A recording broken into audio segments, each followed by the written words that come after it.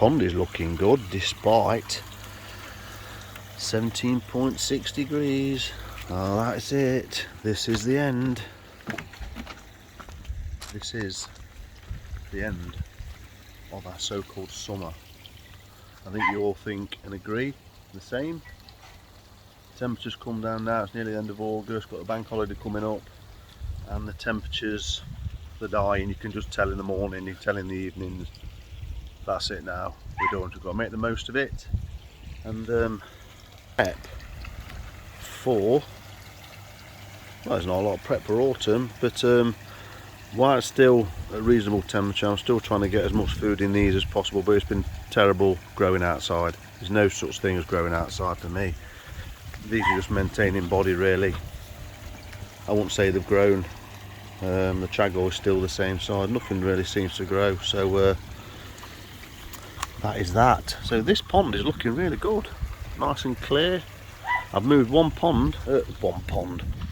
fish out of there because after the treatment that it had, that treatment, PP and whatnot, and was it Costia, and they got treated with PP, one of the fish, or a couple of them, started getting a couple of marks on them. So one of them, its scales were really quite bad, so I thought, right, I can't leave that, because if I do, I'll get that greeny fungus, I can't say it, Safragenia something, it's some sort of fungus, and it's like basically a green algae sort of grows on the actual area, because that thrives in cooler water.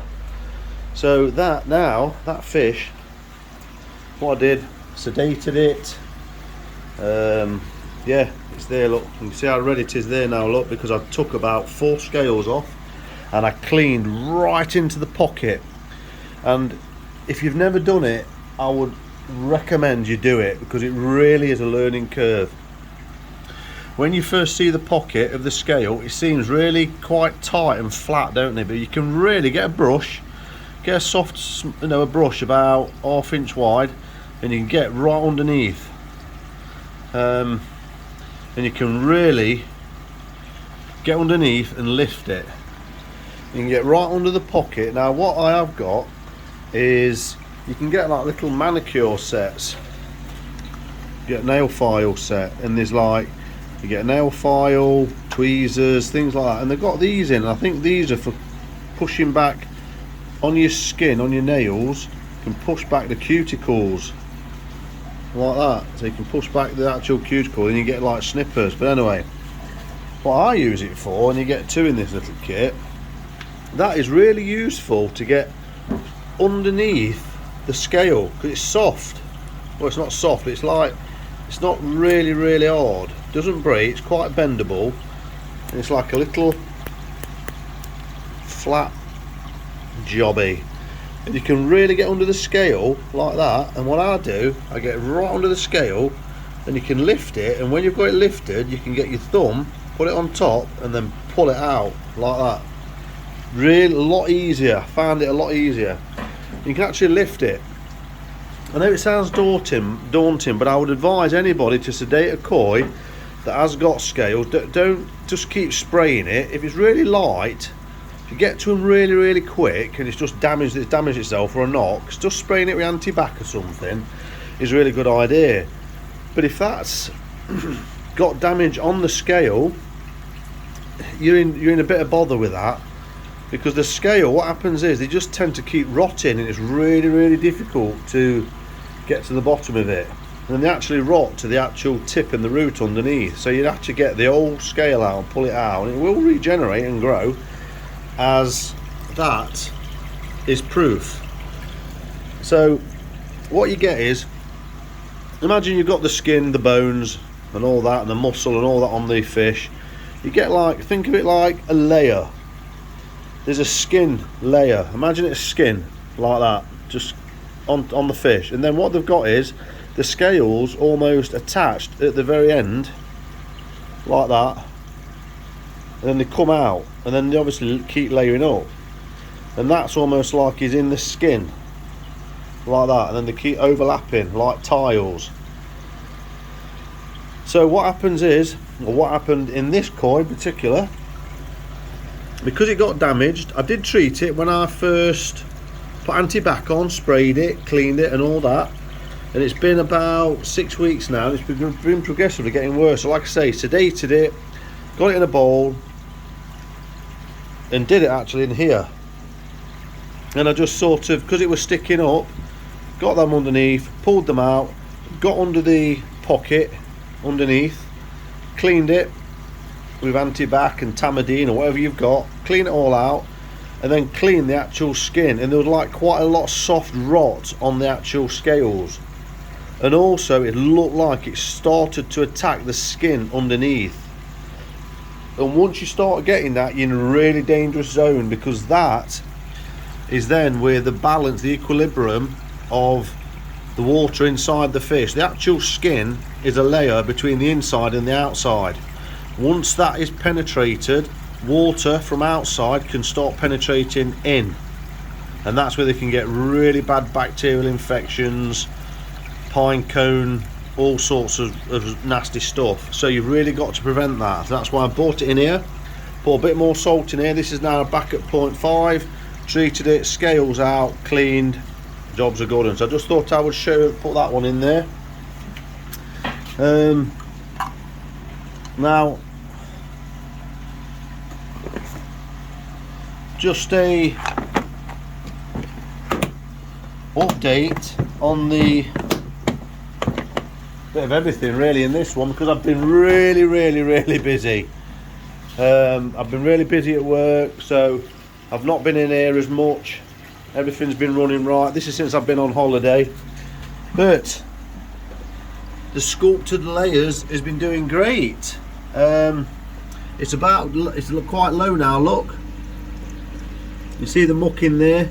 So this is ready for a clean out, so I'm going to do that while I'm in here. So I'll just take that out, give it a clean, and what I do, I put that in the middle.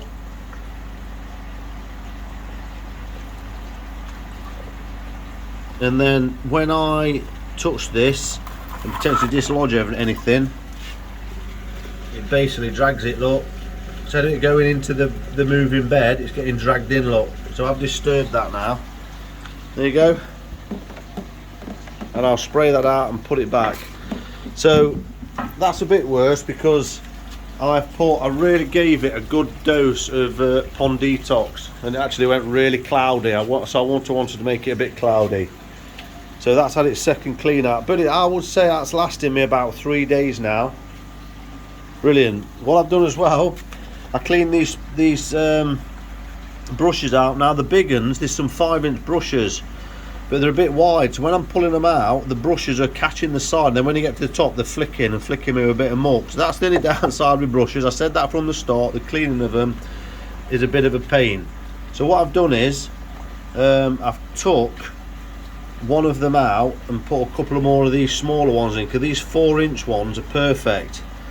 But since I did that, there was not as tight, so they don't stop up. So what I've had to do, I cut one of these down to 4-inch instead of 5-inch with some scissors, and then I've got one of the brushes wedged in. So that's back to that.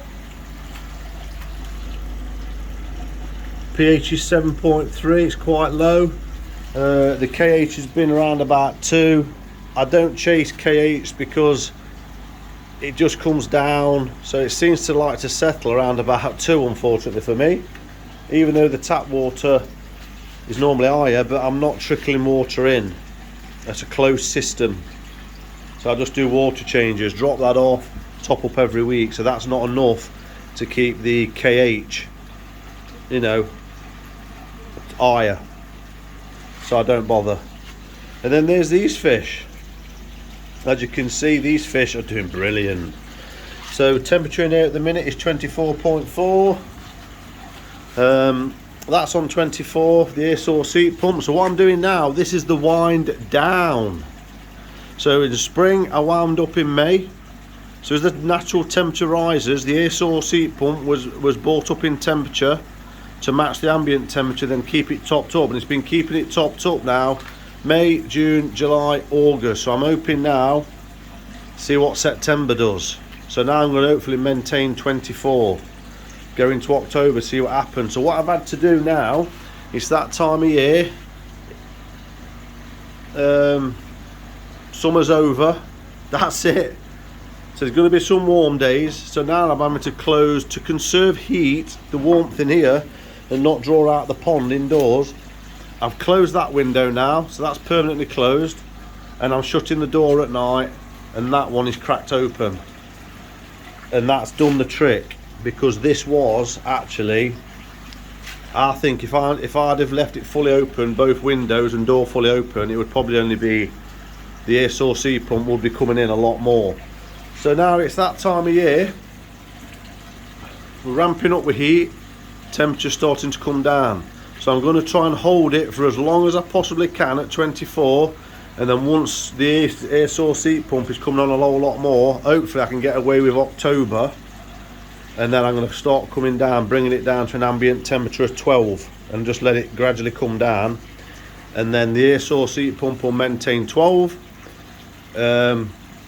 And then when that's struggling, because we're getting freezing temperatures, i.e. around about 5 degrees, I know it really struggles, it's not really worth it then, it will start kicking off, and then this inline one will start topping up, and hopefully that will be about December, January that starts happening. So October is going to be my harvest time this year, so I'm going to wait, and then the fish, some of them are coming out. So there's the one that I'm really interested in. There's the Sakai Fish Farm Tancho Sankey that I got from JPN Koi via Koi Wholesale, and as you can see, and then funny enough, there's the Shisui that I got from Exclusively Koi on the Koi Soldier, in conjunction with Exclusively Koi, but it was from Exclusively Koi. So as you can see, that has done amazing. I'm really happy with that. Now I don't think for 1 minute I'm going to compete with Ricky Stoddart and Koi Wholesale on the growth, so they would have probably done better there. I don't know, I'm just putting myself down there, but I'm happy. I've been getting about 1 cm a month, and as you can see, the body shape of it has changed dramatically as well. Look at it, it's got a bit more presence to it now, as you can see. So I'm more than happy with the progress I've had with that fish. And also the Mariten Shisui that you can see there, that's got a lot more presence as well, which you can see, so that's done really well. But I don't know how much they've grown. Like I say, I measured the Sakai Tancho Sankey, and that did, it was 3 cm in 20 days, 21 days. So hopefully that has been keeping that up, so I'm averaging about 4 cm per month. So if I can get another 3-6 centimetre of them body on it in September and October, I'll be more than happy. But I reckon that has grown at least 100%, so it's doubled inside. So yeah, I'm more than happy with these. And also I've noticed the Benny is looking quite good on them as well. They look quite vibrant, which is good. And the little Tamasabas that I got are growing as well, they're doing really well. So yeah, look, it's getting dark as well. You can't tell, but it's a lot darker in here than it actually looks, and it's actually 10 to 8 at the moment. 10 to 8, Thursday the 22nd, and it's just yeah, starting to get dark now. So if I take this out now, it's just a bit of resistance. When I pull this out, you'll see, there you go, the muck that I disturbed. So I've got both of them to clean out. Moving bed is doing marvellous. Look at that. Really well. I'm really happy with this now. Got it set up just right. I'm on 12 feeds now. Well, yeah, 12 feeds a day now. I've maxed out on that, and I'm going to try and max out in the next couple of months. A few of the feeds now throughout the day are on setting 2. So every feed it's putting in about 12 to 15 grams, 12 feeds a day. So getting a stiffer nitrite still, and ammonia still the same. In fact, ammonia on my last test in the week was clear, and nitrite was around about 0.25. But I can handle that because I know why, because I'm pushing it with the food, but they're not flashing or nothing. Beautiful, absolutely brilliant in here. I'm over the moon. So the 15 kilo that I got from the Koi Wholesale Battle of the Breeders event, I got that off Sunnybank Koi then at that show at Newark, and I've probably got that much left of growth. It's about, I don't know what, probably used about 10 kilo maybe. So I'm going to hammer that, try and get that down them, because it probably not keep fresh enough for next year, even though the date's still good on it. So I could maybe vacuum pack the last bit to get them a good start growing season next year. I don't know, but I'll keep feeding that, get topping it up and try and hammer them for that. No, that'll be gone by in the next 2 months. Rest of August, September, October, I'm going to try and push as much as possible. I'm thinking it's the BKKS show this weekend. It's bank holiday weekend, the 24th, 25th, is it? Something like that. So I'm quibbering again. Shall I go, shall I not go? But I will end up probably going, because it's only in Newark. It's a 40-minute drive for me, because I'm in Nottingham. And what I'm thinking of doing is just getting 2 kilo of growth and then just mixing it in for the final month or so, just to, I don't know, as a bit of conditioning for them. It's probably a waste of money, to be honest with you, so I'll probably talk myself out of that, but it's probably a bit late. I didn't get no colour this year, as I would have mixed 25%, but it never 25-30% in, but it never materialised. And I've not got a massive load of fish with a load of Benny anyway for colour, so I don't know. I had some come in, but that never materialised. So yeah, I've just not bothered, just been on the actual growth, and they've done great. So I just keep putting in when I come in. You know what it's like. What I've been doing is I've been coming in and going, "Go up, guys, morning." If it's morning, just give them a bit of so they get used to me, voice and all that. I'm a bit mad like that. Just come in and, but these, I'm really close. I've shown you this before. We'll come straight up. Let's put some. In fact, they're being fed now. Look, so I better stop. Look, see the feeder's gone off. See it dropping in. Let's see how much that's going to dump in. Still going. Good timing that. Still going.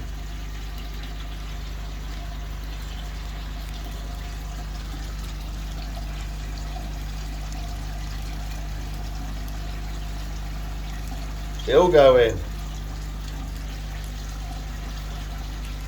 That's just stopped. That's just stopping now. So what I try and do, we've had theirs, look. So what I try and do, like I say, I hardly come in here. One of the Tamasabas will come up. Look, no, they're coming up. Let's just see what they do, how they behave. The Tamasaba then, look. The Jacu's coming up. Good to watch them and see which ones come up. See which ones are the bravest. See which ones maybe come up and snatch at it, sort of thing. I've noticed the Mariten Shisui is getting a lot braver, look, and eating well. That's had one pellet there, look. Didn't have anything there. Coming up again, look. It's looking. So when you can see them doing that, you can safely say that they should be getting enough food in balance. The Tancho Sakai Fish Farm one hasn't come up yet. It looks like it's thinking about it now, look. But I've noticed as well, I was getting a bit worried about that Kujaku here. I got off Supreme Koi because the Benny was quite red when I got it, but normally they go orangey. But actually I've noticed, and without colour food, look, it just seems to starting to sharpen up. I don't know whether it's because it's the end of summer or whether it's because the UV light's good in here or what, I don't know, but the Benny looks really good on that fish. Got to say, on all of them actually. Yeah, there's the Shisui again, look. Tamasaba again, is that big Tamasaba, look. Greedy, that one. And then there's this, that's the only thing I've noticed, look, it's a little bit shyer, that Tancho Sakai. Hence why it might have been like one of the smaller ones in the bunch. So that might be genetics, or because it's having to compete and it's a bit shy. But I've noticed it at times as well, and it is gobbling it up. But like I say, I'm more happy with the growth. There's the Shisui, look there, it's had about 6, 7, 8, 9 pellets there until the bloody Tamasaba came in and crashed it out of the way.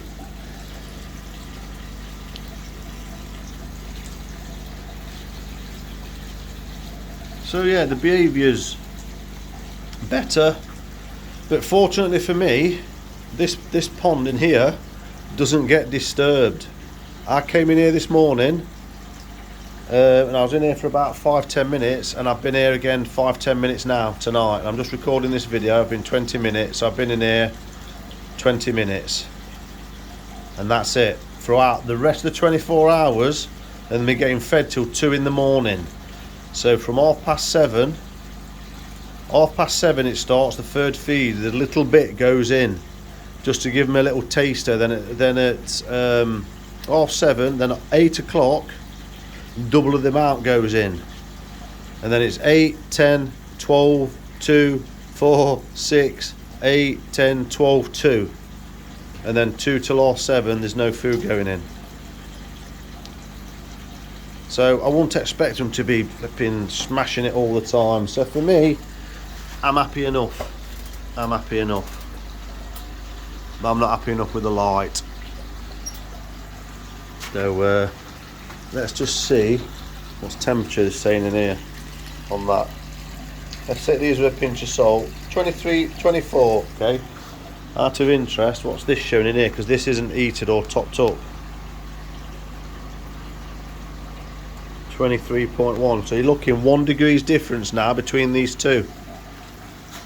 So normally that one retains, because it's smaller and the surface area is less, that normally retains 1 degree C higher than this one. But this one at the minute is holding that temp at 24, and the air source heat pump is on, it said it's 24.5. so yeah, all good. So that's an update, guys. I'm sorry about the header. It's over. A bit of clickbait that. I do apologise, but apparently if you have clickbait clickbait images and clickbait titles, you get more people watching, and actually you do. It works. It's funny enough that on my lowest videos, i.e. in terms of dying fish and things like that, where it's a bit more dramatic, it's amazing how many views it gets, sadly. Yeah, something like a normal video that there's not, you haven't got something really dramatic going off, people tend to skim by. But hey, that's how it is. But anyway, if you're mad with the title, I do apologise, but it is over. Summer's over, there's no doubt. You can tell in the air. That's it, it's over. We've got to make the most of what we've got. Hopefully we call the Indian summer for September and October, hopefully, and we can take as much out of the season as we possibly can before we get bloody ready for winter and the pond balls go on and all that sort of drama. Apparently this bank holiday now coming up for tomorrow, which is Friday the 23rd, is naming some sort of storm, aren't they, with winds and stuff? Bloody hell. Anyway, thanks for watching. Oh, my finger's in the bloody way. That's annoyed me. What a nightmare. That really annoys me, that does. But anyway, thanks for watching. Hope you enjoyed the update. That's what's going off. Yeah, please hit the like. Please subscribe if you haven't already to follow these and to follow me and what's going off. Hope your ponds are doing smashing. Mines have all settled down, everything's doing well. And see you on the next one.